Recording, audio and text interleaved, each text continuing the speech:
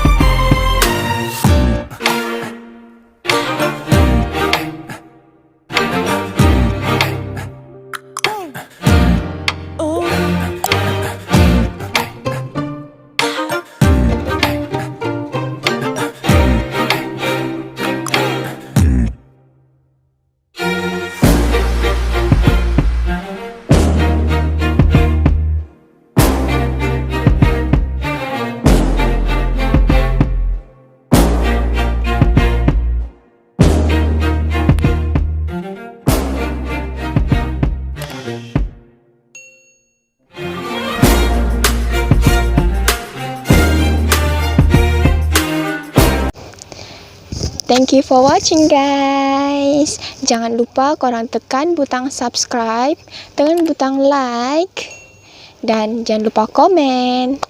Bye.